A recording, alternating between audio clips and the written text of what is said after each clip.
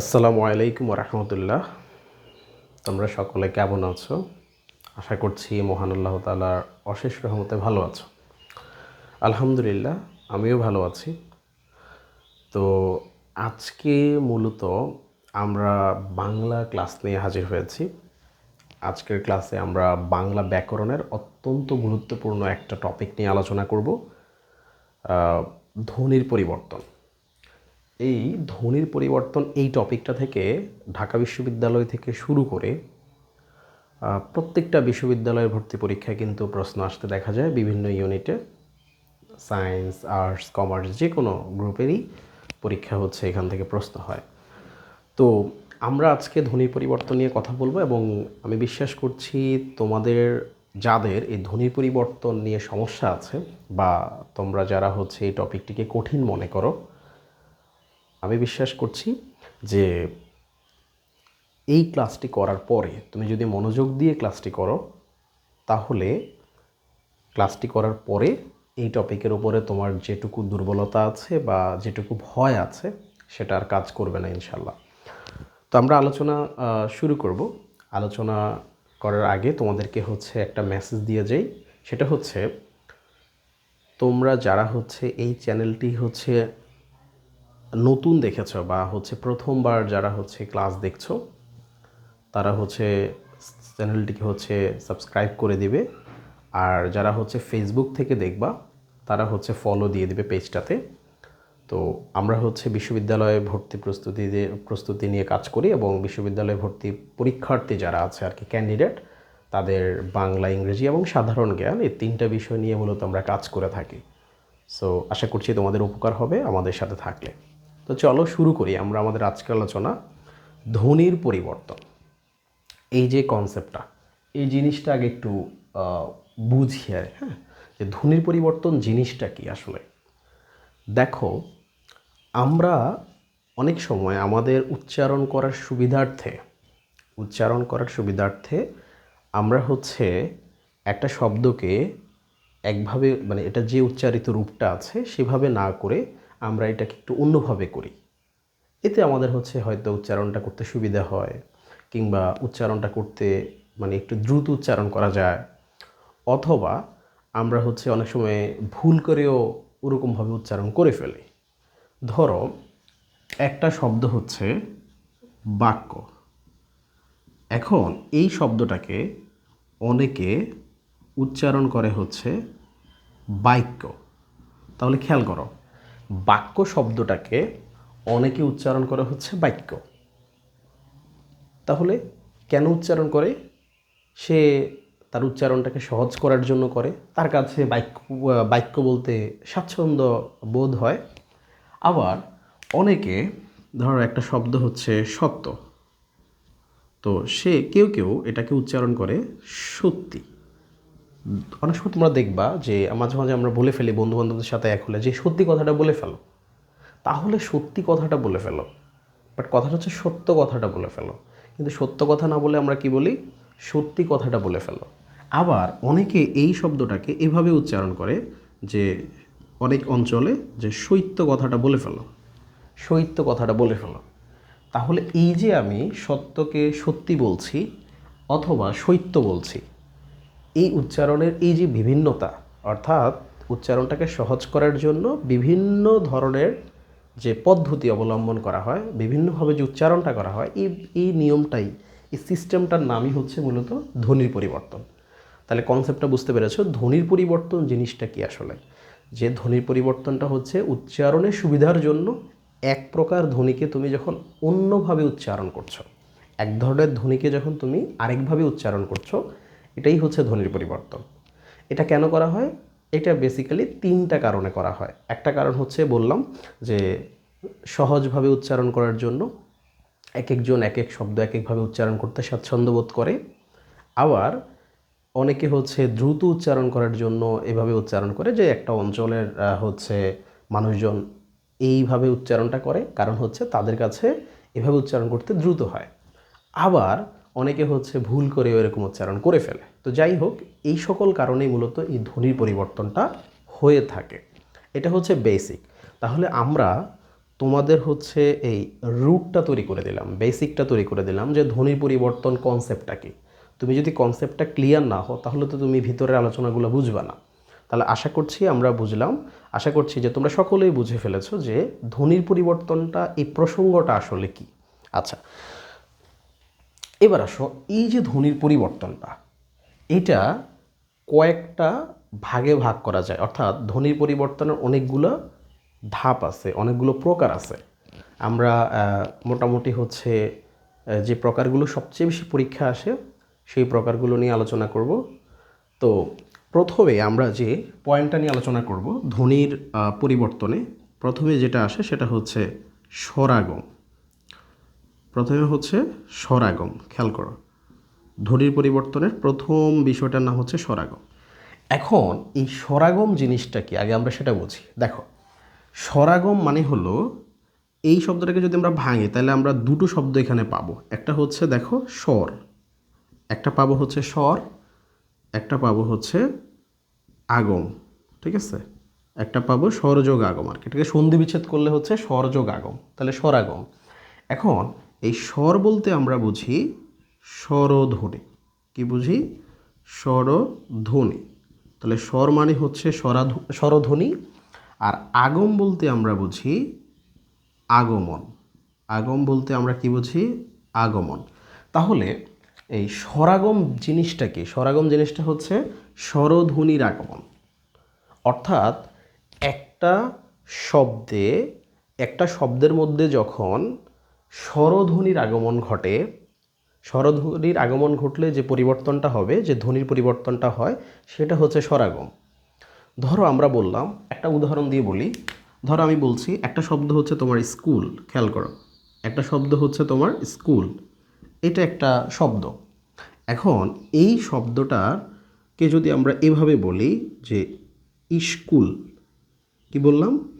School থেকে আমরা বললাম হচ্ছে স্কুল। তাহলে এখন দেখো, স্কুল একটা শব্দ, এটাকে আমরা বললাম হচ্ছে স্কুল। তাহলে এখানে এই যে রস্বইটা, এই যে রস্বইটা, এটা যে আসলো, এই যে ধ্বনিটা আসলো, এটা কি ধ্বনি? রস্বই একটা স্বরধ্বনি, তাই না? রস্বই হচ্ছে একটা স্বরধ্বনি। তাহলে কোনো শব্দের শুরুতে একটা স্বরধ্বনি আসছে, তাই না?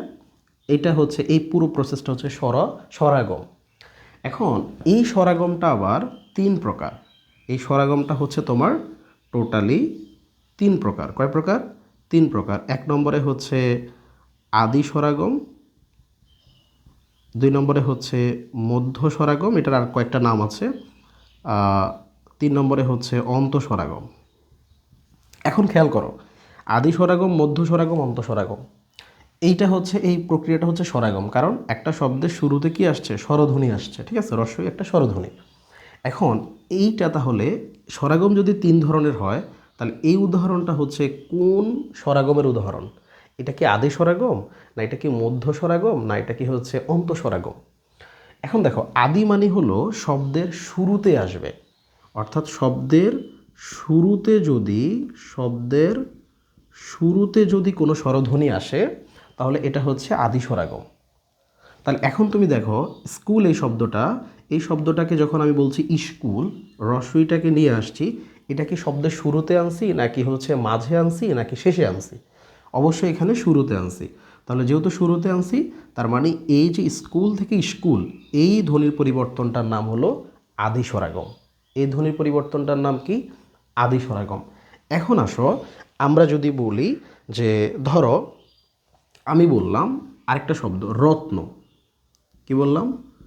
রত্ন। খেয়াল করো, এখানে বললাম রত্ন। তো এই শব্দটাকে যখন আমি বললাম রতন, খেয়াল করো, রত্ন, রত্ন, এই শব্দটাকে আমি বললাম কি? রতন।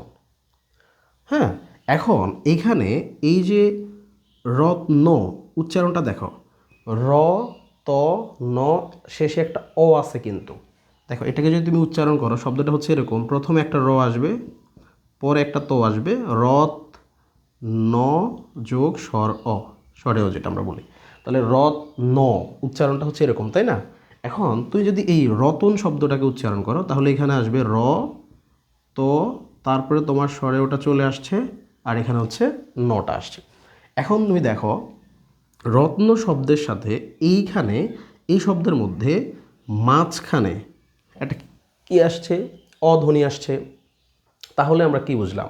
তাহলে মাঝখানে যদি কোনো অধ্বনি আসে, শব্দের মাঝে যদি কোনো অধ্বনি আসে, অধ্বনি বলতে হচ্ছে স্বরধ্বনি, এটা তো একটা স্বরধ্বনি, অ তো একটা স্বরধ্বনি, তাই না? তাহলে যদি শব্দের মাঝে কোনো স্বরধ্বনি আসে, তাহলে এটার নাম হচ্ছে মধ্য স্বরাগম। কি স্বরাগম? মধ্য স্বরাগম। এটাকে আবার, এই মধ্য স্বরাগমটাকে আবার হচ্ছে তোমার স্বরভুক্তি বলা হয়। কি বলা হয়? স্বরভুক্তি বলা হয়, অথবা অনেক জায়গায় আবার এটাকে বিপ্রকর্ষ বলা হয়। কি বলা হয়? এটাকে হচ্ছে বিপ্রকর্ষ বলা হয়। তাহলে মনে রাখতে হবে, এটা কিন্তু পরীক্ষা আসতে পারে যে মধ্য স্বরাগমের অপর নাম কি, বিভিন্ন পরীক্ষা আসে কিন্তু। তাহলে মধ্য স্বরাগমের অপর নাম হচ্ছে স্বরভক্তি, মধ্য স্বরাগমের অপর নাম হচ্ছে বিপ্রকর্ষ। স্বরভক্তি আবার হচ্ছে বিপ্রকর্ষ। তাহলে এইটা কখন? তার মানে শব্দের মাঝখানে যখন তোমার কি হবে, মাঝে যখন তোমার স্বরধ্বনি আসবে, রত্ন, রতন, এরকম আমরা বলতে পারি ধর্ম, ধরম, কর্ম, করম ইত্যাদি। তাহলে আমরা এখান থেকে দুইটা পয়েন্ট বুঝলাম। শব্দের শুরুতে যদি স্বরধ্বনি আসে তাহলে হচ্ছে আদি স্বরাগম, শব্দের মাঝে যদি স্বরধ্বনি আসে তাহলে হচ্ছে মধ্য স্বরাগম। মধ্য স্বরাগমের আরও কি আছে? কয়েকটা নাম আছে, একটা হচ্ছে বিপ্রকর্ষ, একটা হচ্ছে স্বরভক্তি। আচ্ছা, আর অন্ত মানে কি? অন্ত মানে হচ্ছে শেষ। তার মানে শব্দের শেষে যদি তোমার স্বরধ্বনি আসে তখন এটার নাম হচ্ছে অন্ত স্বরাগম। কিভাবে? ধরো আমরা শব্দের শেষের একটা উদাহরণ দেই। ধরো এখানে আমি বললাম দিশ, এটা একটা শব্দ, এটাকে যদি কেউ এভাবে বলে যে দিশা, এখন খেয়াল করো, এই দিশ শব্দটাকে যদি কেউ বলে হচ্ছে দিশা, এখানে হচ্ছে দিশ, তাহলে এখানে এক্সট্রা কি আসছে? এখানে দেখো এক্সট্রা আসছে হচ্ছে তোমার এই আকারটা, তার মানে দিশ এই শব্দের সাথে হচ্ছে আকার আসছে, তাই না? তাহলে স্বরেয়া আসছে, তো স্বরেয়া যেহেতু আসছে তার মানে স্বরেয়াটা কি? এটা একটা স্বরধ্বনি। তো স্বরধ্বনি যেহেতু এটা, তার মানে শব্দের শেষে স্বরধ্বনি যুক্ত হয়েছে। তো শব্দের শেষে যখন কোনো স্বরধ্বনি আসবে তখন এটার নাম হচ্ছে অন্তঃস্বরাগম। আশা করি পুরো ব্যাপারটা ক্লিয়ার। তাহলে স্বরাগম বিষয়টা হচ্ছে যখন শব্দের মধ্যে কোনো স্বরধ্বনির আগমন ঘটবে। তো এই স্বরাগমটা হচ্ছে তিন প্রকার। একটা হচ্ছে আদি স্বরাগম, একটা হচ্ছে মধ্য স্বরাগম, যেটাকে আবার বিপ্রকর্ষ বা স্বরভুক্তি বলা হয়, আরেকটা হচ্ছে তোমার অন্তঃস্বরাগম। শুরুতে হলে আদি স্বরাগম, শব্দের মাঝখানে স্বরধ্বনি আসলে হচ্ছে মধ্য স্বরাগম, শব্দের শেষে স্বরধ্বনি আসলে অন্তঃস্বরাগম। মাঝে মাঝে প্রশ্ন এরকম হয়, ধরো তোমাদের একটা প্রশ্ন হতে পারে এরকম, আমরা যদি বলি, যেমন একটা প্রশ্ন আমি লিখি হর্ষ, হ্যাঁ, তো এখানে ধর একটা শব্দ লিখলাম হচ্ছে হর্ষ, এখানে দিয়ে দিল হচ্ছে হরস।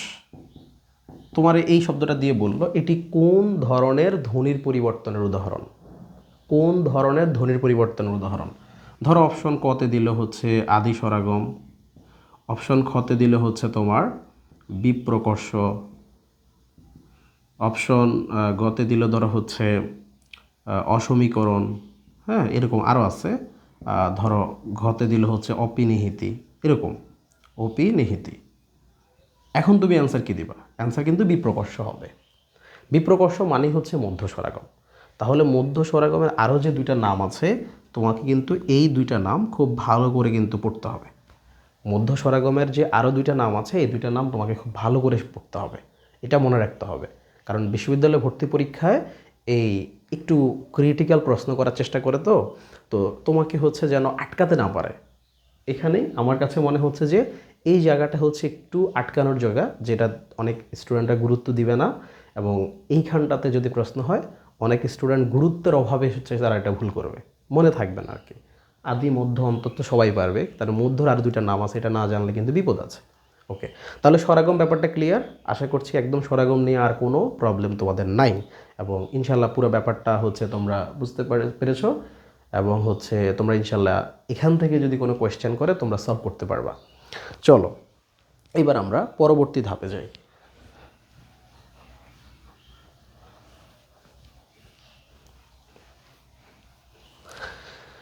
এবার আসো হচ্ছে 2 নম্বর নিয়মে আমরা যাব, ধ্বনির পরিবর্তনের দ্বিতীয় নিয়ম, সেটার নাম হচ্ছে ওপি নিহিতি। কি বললাম? উপনিহিতি। শব্দটা একটু সুন্দর, আমার কাছে শব্দটা দেখতে খুব সুন্দর লাগে, উপনিহিতি। আচ্ছা, উপনিহিতি ব্যাপারটা কি আসলে? এটা খুবই সহজ। এটা একদম ইজিলি তুমি বুঝতে পারবে। তোমাদের একটা টেকনিক শেখাবো। টেকনিক যদি তুমি এটা মনে রাখতে পারো, টেকনিক বলতে হচ্ছে আসলে ব্যাকরণের ওরকম টেকনিক বলে কিছু হয় না, পড়াশোনার আসলে কোনো টেকনিক হয় না। তারপর একটা শর্টকাটের মতো তুমি যেন মনে রাখতে পারো, এটাই। তো দেখো, উপনিহিতি এখানে দুইটা ব্যাপার থাকবে। পরের কথাটি এভাবে মনে রাখবা, পরের রস্বইকার অথবা রস্যৌকার, এই দুইটা হচ্ছে আগে উচ্চারিত হবে। কি বললাম? পরের রস্যইকার অথবা রস্যৌকার কি হবে? আগে উচ্চারিত হবে। ঠিক আছে? তাহলে পরের রস্যইকার বা রস্যৌকার যদি আগে উচ্চারিত হয়, তাহলে সেটা কি হবে? এটা হচ্ছে তোমার উপনিহিতি হবে। মানে পরের রস্যইকার বা রস্যৌকার যদি আগে উচ্চারিত হয়ে যায় কোনো শব্দে, তখন এই ধরনের ধ্বনির পরিবর্তনটাকে বলা হবে অপিনিহিতি। ফর এক্সাম্পল, দেখো, আমি শুরুতে একটা উদাহরণ দিয়েছিলাম তোমাদেরকে, সেটা দিয়ে আগে বোঝাই। আমি বলেছিলাম বাক্য, তুমি এটাকে বলো বাক্য। তাহলে বাক্যকে তুমি কি বললা? বাক্য বললা। তাহলে তুমি দেখো, এই যে পরে, মানে এখানে এই যে রস্যইটা আছে, এখানে কি নিয়ে আসছো তুমি? রস্যইটা নিয়ে আসছো। তার মানে এটা হচ্ছে তোমার অপিনিহিতির উদাহরণ। আবার তুমি ধরো বললা সত্য, তুমি এটাকে বললা সৈত্য। কি বললা? সৈত্য। তাহলে মাঝখানে এটা এটা নিয়ে আসছো। আবার ধরো তুমি বললা সাধু, হ্যাঁ, তুমি বললা সাধু, তুমি এখানে বললা হচ্ছে সাউদ। তাহলে এই যে রস্যটাকে আগে নিয়ে আসছো, এই রস্যকারটাকে তুমি আগে নিয়ে আসছো। তাহলে এইটাই হচ্ছে, এই যে ধ্বনিগুলো অর্থাৎ রস্য, এই রস্যাউ, এগুলো যদি আগে চলে আসে পরেরটা, তখন এটা কি হবে? তখন এটা হচ্ছে অপিনিহিতির উদাহরণ হবে। তাহলে এই ধরনের ধ্বনির পরিবর্তনকে আমরা বলবো অপিনিহিতি। তোমাদের বইয়ে আরও থাকবে, তোমাদের কাছে যে যে বইটা আছে তোমরা সেই বইয়ে গেলে দেখবা আরও অনেকগুলো উদাহরণ পাবা। তোমরা জাস্ট টেকনিকটা মনে রাখবা যে পরের রস্যইকার অথবা হচ্ছে কি রস্যৌকার, এই দুইটা জিনিস যখন কোনো একটা যদি হচ্ছে আগে চলে আসে শব্দের, হ্যাঁ, তাহলে সেটা অপিনিহিতির উদাহরণ হবে। ওকে, তাহলে আমরা 2 নম্বর বিষয়টা খুব ভালোভাবে ক্লিয়ার করতে পেরেছি। আচ্ছা,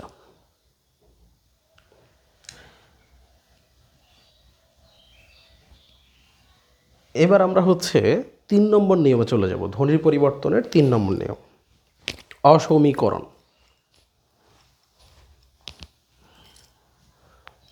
3 নম্বর নিয়মের নাম হচ্ছে কি? অসমীকরণ। খেয়াল করো, এবার আমরা আলোচনা করব হচ্ছে অসমীকরণ। ওকে, অসমীকরণ জিনিসটা কি? এখানে বোঝানো হচ্ছে সমীকরণ নয়, অসমীকরণ। একটা উদাহরণ দিয়ে ব্যাপারটা বলি, সংজ্ঞা তোমাদের মনে রাখতে পারো, তোমরা জাস্ট হচ্ছে বিষয়গুলা আগে বুঝো। ধরো আমি বললাম, আমি একটা ধরো উদাহরণ দিতে পারি আমরা, ধপ যোগ ধপ, ধপ যোগ ধপ। এখানে আমি একসাথে বললাম কি? আমি বললাম ধপা ধপ। আবার আমি বললাম টপ যোগ টপ, আমি এখানে বললাম টপা টপ। ঠিক আছে? তাহলে ধপ যোগ ধপ, ধপা ধপ, টপ যোগ টপ, টপা টপ, এই যে উদাহরণ দুটি আমরা লিখলাম, এখানে কি হলো ব্যাপারটা দেখো, এই দুইটা একই স্বর, মানে একই রকম, একই স্বরের দুইটা কি পুনরাবৃত্তি হয়েছে কিনা, মানে একটা স্বর আবার আসছে পুনরায়। তাহলে একই স্বরের পুনরাবৃত্তি ঘটেছে। কি ঘটেছে? পুনরাবৃত্তি হয়েছে, ধপ এবং ধপ, একই স্বরের পুনরাবৃত্তি হয়েছে। এই বিষয়টা, একই স্বরের পুনরাবৃত্তি তুমি দূর করার জন্য, একই স্বরের পুনরাবৃত্তি দূর করার জন্য, একই স্বরের পুনরাবৃত্তি যেন না হয় তার জন্য, একই স্বরের পুনরাবৃত্তি দূর করার জন্য, যখন তুমি প্রথম স্বরের পরে যখন তুমি হচ্ছে কোনো একটা নিয়ে আসবে, অর্থাৎ হচ্ছে কোনো একটা ধ্বনি নিয়ে আসছো, কোনো একটা ধ্বনি তুমি আনবা, তখন এটার নাম হচ্ছে অসমীকরণ। কথা বুঝতে পেরেছো? অর্থাৎ একই স্বরের পুনরাবৃত্তি দূর করার জন্য যখন তুমি কোনো একটা স্বর মানে হচ্ছে দুইটা স্বরের মাঝখানে একটা স্বরধ্বনি নিয়ে আসছো, অর্থাৎ ধপ এবং আরেকটা ধপ, এই দুইটা ধপের মাঝখানে তুমি এই আটাকে নিয়ে আসছো, আকার বা আ যেটাই বলো, তাহলে এইটা হচ্ছে তোমার অসমীকরণের উদাহরণ। তার মানে যখন তুমি হচ্ছে দুইটা ধ্বনি সেম দেখবা এবং পরে দেখবা যে হচ্ছে দুইটা ধ্বনির মাঝখানে একটা স্বরধ্বনি আছে, তখন তুমি বলবা এটা হচ্ছে অসমীকরণের উদাহরণ। ঠিক আছে? আর অপিনিহিতটা কি? অপিনিহিতে হচ্ছে রস্যিকার বা রস্যুকারটা পরেরটা আগে চলে আসবে। সহজ, খুব সিম্পল। তার মানে অসমীকরণ ব্যাপারটা আশা করি বুঝতে পেরেছ, যে একই স্বরের পুনরাবৃত্তি তুমি দূর করার জন্য পরের মানে একই স্বরের পুনরাবৃত্তি দূর করার জন্য, অর্থাৎ স্বরের মাঝখানে দুইটা স্বরের মাঝখানে যখন একটা স্বরধ্বনি তুমি নিয়ে আসবা, এটা হচ্ছে অসমীকরণ। ঠিক আছে? ওকে, আশা করি এটাও বুঝতে পেরেছ। অসমীকরণ ব্যাপারটা পুরোপুরি ক্লিয়ার। এখন আমরা পরবর্তী নিয়মটাতে যাই। ওকে, 4 নম্বর নিয়মে আসো। 4 নম্বর নিয়মে আসো, ধ্বনি বিপর্যয়। এবার আমরা আলোচনা করব ধ্বনি বিপর্যয়, এই পয়েন্টটা কি আসলে।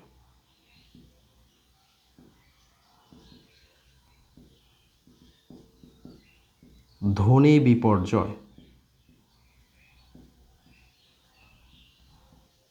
ধ্বনি বিপর্যয়টা কি দেখো। ধ্বনি বিপর্যয়, বিপর্যয় মানিয়ে তো হচ্ছে কোনো খারাপ সংবাদ, তাই না? আচ্ছা, ধরো আমরা বললাম পিশাচ, এটাকে যদি তুমি এভাবে বলো পিচাস, পিশাচ শব্দটাকে তুমি যদি বলো পিচাস, তখন এখানে যে ধ্বনির পরিবর্তনটা হবে এটাই হচ্ছে ধ্বনি বিপর্যয়। আচ্ছা, আরেকটু সুন্দর করে বলি, দেখো এই যে এখানে আছে হচ্ছে তোমার তালব্যস্য, আরেকটা হচ্ছে কি চ, এখানে হচ্ছে তো হয়ে গেছে কি চ এবং তালব্যস্য, তাই না? ব্যাপারটা হচ্ছে এই দুইটা বর্ণ, এই দুইটা মানে এটা এটা এটা কী ধ্বনি, স্বরধ্বনি না ব্যঞ্জন ধ্বনি? ব্যঞ্জন ধ্বনি। দেখো দুইটাই ব্যঞ্জন ধ্বনি, এটা ব্যঞ্জন ধ্বনি, এটাও ব্যঞ্জন ধ্বনি, ব্যঞ্জন ধ্বনি। ধ্বনি বিপর্যয় হচ্ছে যে দুটি পরস্পর দুটি ব্যঞ্জন ধ্বনি, আবার বলছি, পরস্পর দুটি ব্যঞ্জন ধ্বনি যখন তাদের স্থানটা পরিবর্তন করে, কি বলেছি?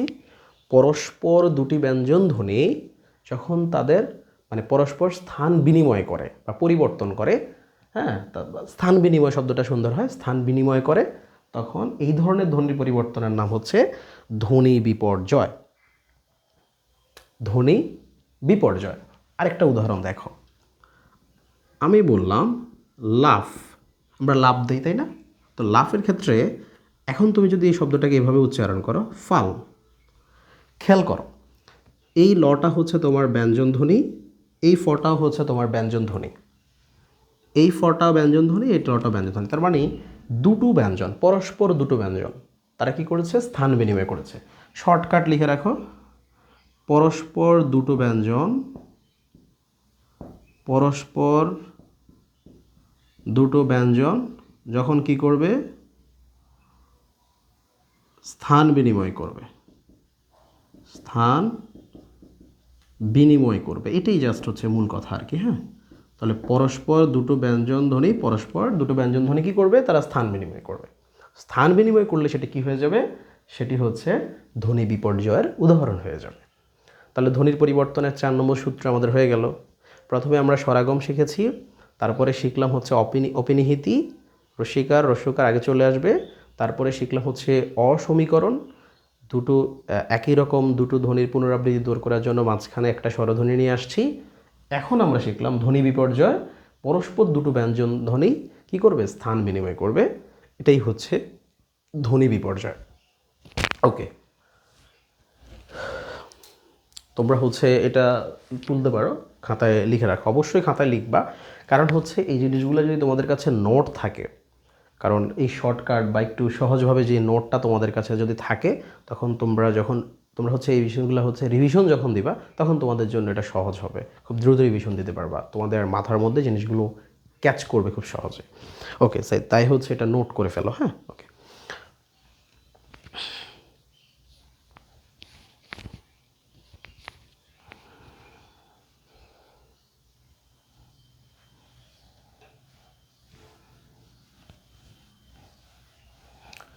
আচ্ছা, এবার আমরা 5 নম্বর সূত্রতে যাব, বিষমীভবন। বিষমীভবন, দেখো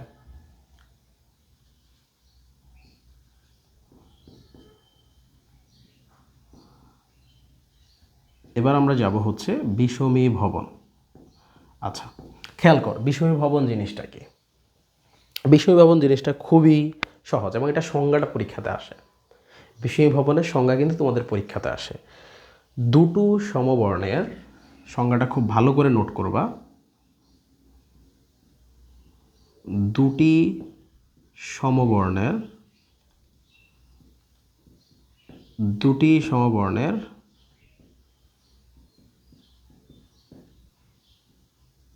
একটির পরিবর্তনকে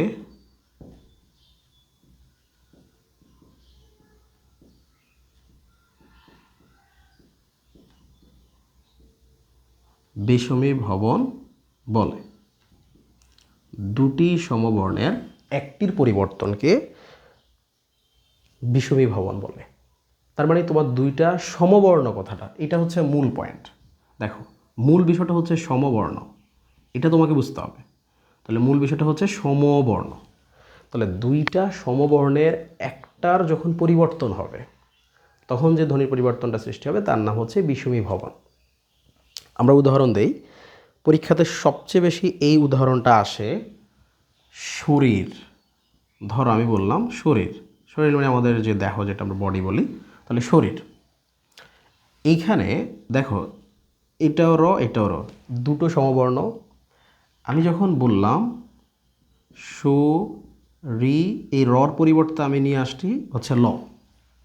খেয়াল করেছো, এখানে দুইটা সমবর্ণ, তাহলে দুইটা সমবর্ণের মধ্যে আমি কি করলাম, একটাকে পরিবর্তন করে ফেললাম। আমি এটা কি করলাম, রকে হচ্ছে লতে রূপান্তর করে ফেললাম। আবার আমরা বলি হচ্ছে লাল, দুইটা সমবর্ণ, আমি যদি প্রথমটাকে চেঞ্জ করে এখানে বলি নাল, তাহলে এই লটাকে আমি কি করেছি, নতে কনভার্ট করে ফেলেছি, নতে রূপান্তর করেছি। তার মানে দুটো সমবর্ণের একটির পরিবর্তন যখন হবে, তখন যে ধ্বনির পরিবর্তনের সৃষ্টি হবে, সেই ধ্বনির পরিবর্তনের নাম হচ্ছে বিষমীভবন। কি বললাম, বিষমীভবন। ওকে, আচ্ছা লেখো এটা।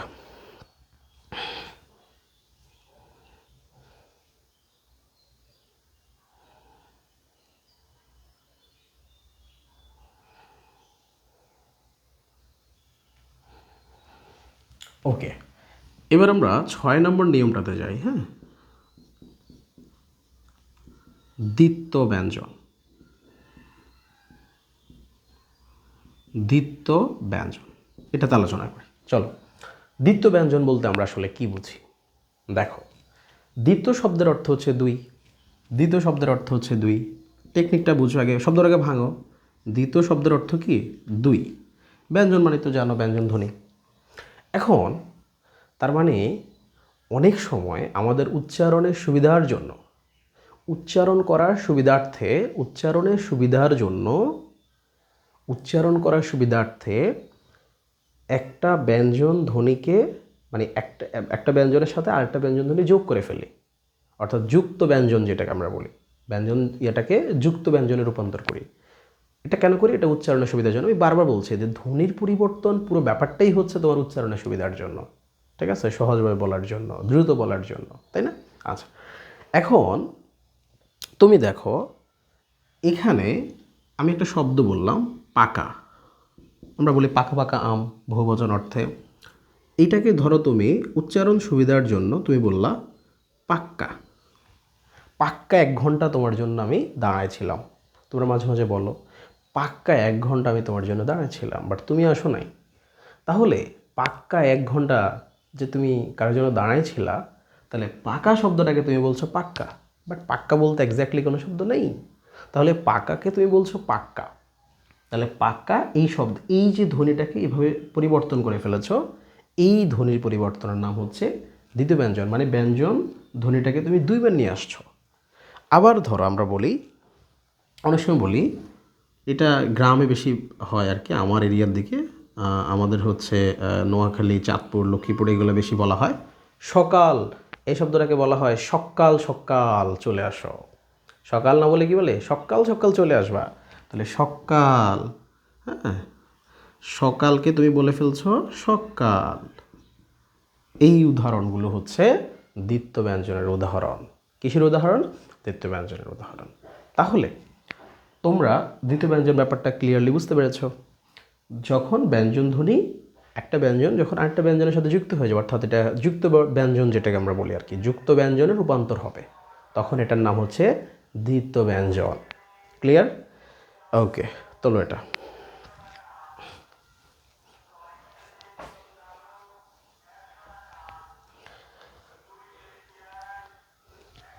Sorry sorry sorry sorry sorry আচ্ছা,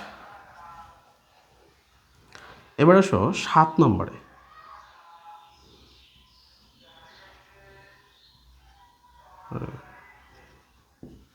সাত নম্বরটা হচ্ছে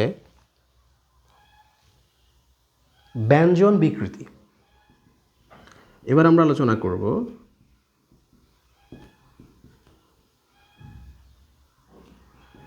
ব্যঞ্জন বিকৃতি নিয়ে। ওকে, চলো এটা আলোচনা করি। ব্যঞ্জন বিকৃতি ব্যাপারটা কি? বিকৃতি শব্দটা শুনলেই আমরা একটু হয়ে যাই। বিকৃতি মানে হচ্ছে যখন কোনো তার ফেসের অবয়বটা, মানে একটা জিনিস হচ্ছে স্বাভাবিক অবস্থাটার ব্যাহত হয়, বা তার যে স্বাভাবিক অবস্থাটা আছে এটা যখন বিঘ্ন ঘটে, তখন সাধারণত আমরা বিকৃতি শব্দটা ইউজ করি। যেমন সাধারণত অ্যাসিড মারলে বা হচ্ছে আগুনে পড়ে গেলে এই বিকৃতি কথাটা আসে। এখন ব্যঞ্জন বিকৃতি ব্যাপারটা কি? ব্যঞ্জন ধ্বনির বিকৃতি লাভ করবে। বিকৃতি মানে হচ্ছে যখন একরকম ছিল হয়ে গেছে আরেক রকম, একরকম থেকে আরেক রকম হয়ে যাওয়া, তাই না? যেমন একটা মানুষের যখন হচ্ছে আগুনে পুড়ে যায় যারা, তার আগুনে যখন মানুষ পুড়ে যায়, তখন আগুনে পোড়ার পূর্বে তার চেহারার যে অবস্থা থাকে, আগুনে পুড়ে যাওয়ার পরে তার চেহারাটা অন্যরকম হয়ে যায়। এটা হচ্ছে বিকৃতি, অর্থাৎ একটা অবস্থা থেকে আরেক রকম হয়ে যাওয়া, মানে একটা অবস্থার সৃষ্টি হওয়া। ঠিক তেমনই ব্যঞ্জন ধ্বনি, একটা ব্যঞ্জন ধ্বনি থেকে যখন ব্যঞ্জন ধ্বনিটা বিকৃতি হয়ে আরেকটা ব্যঞ্জন চলে আসবে, মানে একটা ব্যঞ্জনের জায়গায় আরেকটা ব্যঞ্জন চলে আসবে। কিভাবে দেখো, আমরা বললাম, ধরো একটা শব্দ আমি বললাম কবাট, এইটাকে দেখো এখানে হচ্ছে বটা হচ্ছে এখানে, মানে এই শব্দে যে ব, এটা একটা ব্যঞ্জন ধ্বনি, তাই না? এইটাকে আমি যদি লিখি এরকমভাবে, কবাট শব্দটাকে আমি লিখলাম হচ্ছে কপাট, তাহলে বটাকে আমি বিকৃতি করে কিসে নিয়ে গেছি? প, মানে বটা বিকৃতি হয়ে পতে রূপান্তর হয়ে গেছে, মানে বটা হয়ে গেছে প, তাহলে এটা হচ্ছে তোমার ব্যঞ্জন বিকৃতি। তাহলে বটা হয়ে গেছে তোমার হচ্ছে প, তাহলে বটা বিকৃতি হয়ে তোমার পতে হয়ে গেছে। এই ধরনের উদাহরণ আমরা যে আরেকটা উদাহরণ দিই তাহলে বুঝবা। দোবা, আমরা ধরো বললাম হচ্ছে আমরা বলতে পারি হচ্ছে দোবা, তাহলে ধোবাকে তুমি যখন বললা ধোবা, এইখানে এই বটাকে তুমি যখন বলতে পারো ধোপা, তাহলে বটাকে তুমি বিকৃতি করে পথে রূপান্তর করে নিয়ে গেছো, বটাকে তুমি বিকৃতি করে পথে রূপান্তর করেছো। এটা হচ্ছে দোবা থেকে ধোপা হয়ে গেছে, ধোপা হয়ে গেছে, তাহলে ধোবা থেকে ধোপা। আবার আমরা সাধারণত বলি ধাইমা, তাহলে ধাইমা এই শব্দটা থেকে তোমরা যখন বলবা হচ্ছে ধটাকে তুমি যদি বলো দাইমা, দাইমা, তাহলে এই ধটাকে তুমি দতে রূপান্তর করলা, ধটাকে তুমি কি করলা? দতে রূপান্তর করলা। তাহলে এটি হচ্ছে তোমার ব্যঞ্জন বিকৃতির উদাহরণ। আশা করি ব্যাপারটা ক্লিয়ারলি বুঝতে পেরেছ।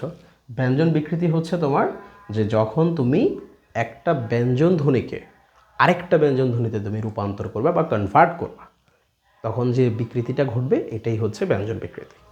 আশা করছি এই 7 নম্বর নিয়মটা পুরোপুরি ক্লিয়ারলি বা পুরোপুরি হচ্ছে তুমি বুঝতে পেরেছ। এটা খাতায় তুলে ফেলো।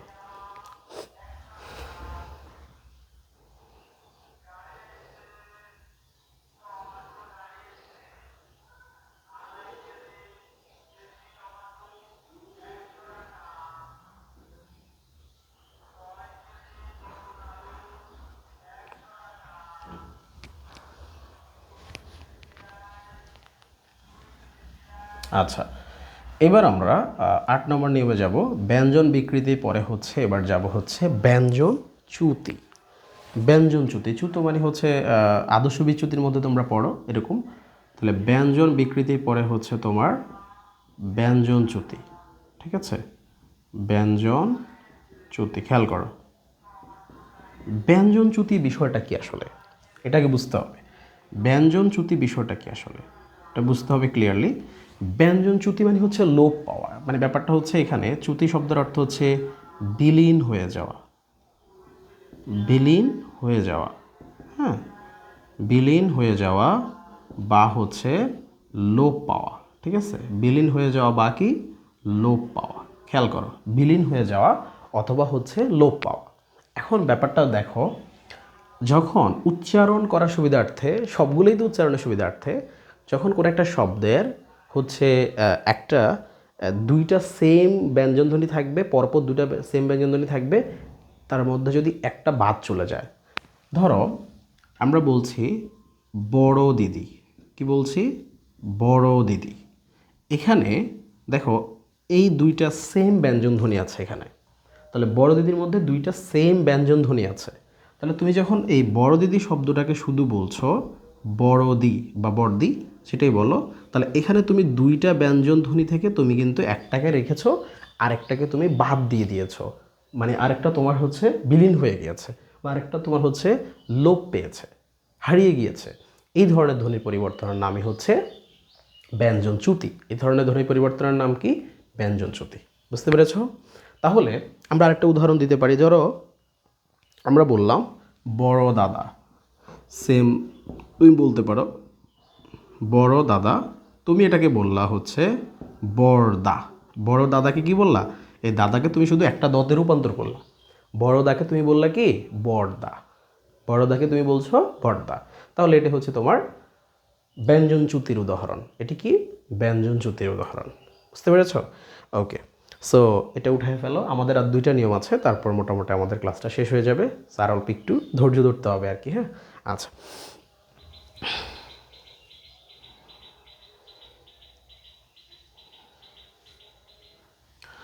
এবার আমরা 9 নম্বর যে বিষয়টা এটা নিয়ে আলোচনা করব, অন্তর্হতি। হ্যাঁ, অন্তর্হতি। আচ্ছা, অন্তর্হতিটা কি আসলে? অন্তর্হতি ব্যাপারটা হচ্ছে এরকম, এটা খুব সহজ একটা বিষয়। অন্তর্হতি যে পদের মধ্যে, কোনো একটা শব্দের মধ্যে যদি কোনো একটা ব্যঞ্জনধ্বনি লোপ পাবে, তাহলে শব্দের মধ্যে কি হবে, ব্যঞ্জনধ্বনি কি হবে, লোপ পাবে। লোপ পাবে মানে হচ্ছে বাদ যাবে আর কি, হ্যাঁ। তাহলে শব্দের মধ্যে কোনো ব্যঞ্জনধ্বনি যদি হচ্ছে লোপ পায়, তখন এর নাম হচ্ছে অন্তর্হতি। তখন এর নাম কি অন্তর্হতি। এখন খেয়াল করো, শব্দের মধ্যে কোনো ব্যঞ্জনধ্বনি কীভাবে লোপ পাবে আমরা যদি একটু দেখি। আমরা বললাম, তোমরা জানো 8ই ফাল্গুন কয়েকদিন আগে তোমরা মানে হচ্ছে পালন করেছো, তাহলে অর্থাৎ 21শে ফেব্রুয়ারি যেটা আমরা বলি 8ই ফাল্গুন ছিল আর কি, 8ই ফাল্গুন, ঠিক আছে? আমাদের যখন হচ্ছে ভাষা দিবস 1952 সালের 21শে ফেব্রুয়ারি, যেটা 8ই ফাল্গুন ছিল। তো কথাটা কেন বললাম, যে ফাল্গুন কথাটা আসছে আর কি, হ্যাঁ। তা দেখো ফাল্গুন এই শব্দটাকে আমরা একটু সুন্দর করে বলি হচ্ছে, এখন বলি ফাগুন। তার মানে আমার রটা কিন্তু লটা কিন্তু হচ্ছে বিলীন হয়ে গেছে, মানে নাই হয়ে গেছে, লটা হচ্ছে নাই হয়ে গেছে।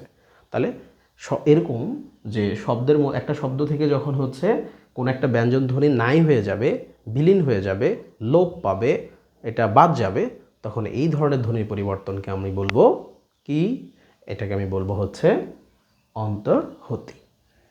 ওকে, আমাদের সর্বশেষ নিয়ম আজকের ক্লাসের 10 নম্বর, ঠিক আছে? 10 নম্বর সর্বশেষ, সবচেয়ে সহজটাকে আমি সর্বশেষ রেখেছি, অভিশ্রুতি। খুবই সহজ, অভিশ্রুতি। এটা ভালো করে শিখতে হবে, এটা থেকেও প্রশ্ন হয় মাঝে মাঝে।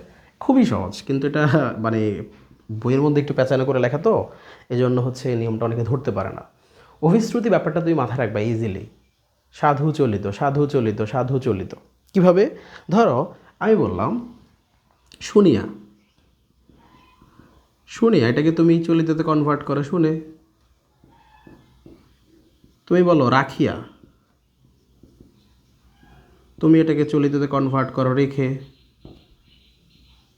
তুমি বলো দেখিয়া, দেখে, করিয়া, করে, ঘুমাইয়া, ঘুমে, যা ইচ্ছা বলো, সাধু চলিত, সাধু চলিত, সাধু চলিত। এটাই হচ্ছে তোমার অভিশ্রুতি। এটাই হচ্ছে কি অভিশ্রুতি। আর সর্বপ্রথম তোমাদেরকে যে নিয়মটা পড়ানো হয়েছিল স্বরাগম, স্বরাগমের আরেকটা বিপরীত নিয়ম আছে, সেটা হচ্ছে স্বরলোপ।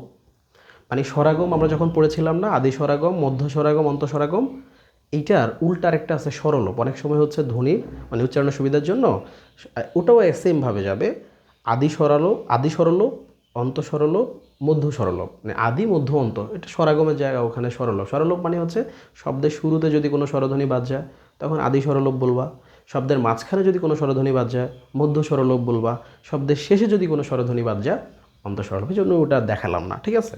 ওকে, তাহলে মোটামুটি আমরা আজকের ক্লাসে 10টা নিয়ম আলোচনা করেছি ধ্বনির পরিবর্তনের। এর বাহিরেও আরেক কিছু নিয়ম আছে। তো আমরা সবচেয়ে বেশি পরীক্ষায় যে ধ্বনির পরিবর্তনের নিয়মগুলো পরীক্ষা আসে সেখান থেকে আমরা 10টা নিয়ম আলোচনা করলাম। এখন আজকের ক্লাসের মাধ্যমে আশা করছি তোমাদের যে ধ্বনির পরিবর্তন নিয়ে যে প্রবলেমটা ছিল বা যাদের ভয় ছিল বা এই টপিকটিকে যারা এতদিন কঠিন মনে করতা বা মাথায় ঢুকতেছে না, আশা করি প্রত্যেকটা নিয়মে, প্রত্যেকটা প্রকারভেদের মধ্যে প্রত্যেকটা নিয়মে আমরা যে টেকনিকগুলো বলেছি বা যে সিকোয়েন্সগুলো দিয়েছি বা যে ফর্মুলাগুলো ইউজ করেছি, এতে করে কিন্তু আশা করছি তোমাদের সবার পুরো ব্যাপারটা ক্লিয়ার হয়ে গেছে। হ্যাঁ, এবং আমি বিশ্বাস করি যে ইনশাল্লাহ তোমরা হচ্ছে এই টপিক থেকে এমসিকিউ যখন সলভ করতে যাবা তখন তোমরা অনেকাংশে খুব ভালোভাবেই, খুব সাবলীলভাবে অধ্যায়ের সকল এমসিকিউ তোমরা সলভ করতে পারবা। আচ্ছা, তো সর্বশেষ কথা যেটা, সেটা হচ্ছে আমরা এই E2M-এ আমরা হচ্ছে E2M বাই রাব্বি স্যার এই পেজ এবং আমাদের ইউটিউব চ্যানেল সেম নামই থাকবে। যে যেখানে দেখবা, ইউটিউবে যারা দেখবা তারা হচ্ছে ফেসবুক পেজে যাবা, পেজে গিয়ে হচ্ছে পেজের সাথে হচ্ছে যুক্ত থাকবা, আর যারা পেজে দেখবা তারা ইউটিউবে গিয়ে সাবস্ক্রাইব করে ফেলবা। আমরা ফেসবুক পেজ এবং ইউটিউব দুই জায়গায় হচ্ছে আমরা ক্লাসগুলো দিব তোমাদেরকে। এবং তোমরা যারা হচ্ছে এসএসসি ফার্স্ট ইয়ারে পড়তেছো কিংবা সেকেন্ড ইয়ারে পড়তেছো, হ্যাঁ, পরীক্ষার্থী আছো যারা, হ্যাঁ, তাদের সবার জন্যই এই ক্লাসগুলো খুবই গুরুত্বপূর্ণ, কারণ তোমরা সামনে হচ্ছে বিশ্ববিদ্যালয়ে ভর্তি পরীক্ষা দিবে। আর তোমরা যারা ঢাকা বিশ্ববিদ্যালয়ে ভর্তি হওয়ার স্বপ্ন দেখো, হ্যাঁ, তাদের তো অবশ্যই এখন থেকে বেসিকটাকে শক্ত করতে হবে। তুমি প্রথম বর্ষে হলেও তোমাকে বেসিকটা তৈরি করে ফেলতে হবে। একাডেমিক পড়ার মাঝে মাঝে একটু একটু করে হলো অ্যাডমিশনের পড়াগুলো তুমি কভার করবা, আর এটার জন্য তোমাকে সাহায্য করবে E2M। সো তোমরা E2M-এর সাথে কানেক্ট থাকবা এবং তোমাদের বন্ধুবান্ধব যারা আছে তাদেরকে কানেক্ট হতে বলবা, এবং তোমরা E2M-এর প্রত্যেকটা ক্লাস মনোযোগ দিয়ে দেখবা। আশা করছি তোমাদের বিশ্ববিদ্যালয়ে ভর্তি হওয়ার যে স্বপ্ন, সেই স্বপ্নে E2M একটি ভালো অংশীদার হতে পারবে বলে E2M দারুণভাবে বিশ্বাস করে। সো সবাই ভালো থাকো, সবার জন্য শুভকামনা। সবার সাথে আবারও দেখা হবে অন্য আরেকটা ক্লাসে। সে পর্যন্ত সুস্থ থাকো। আল্লাহ হাফেজ।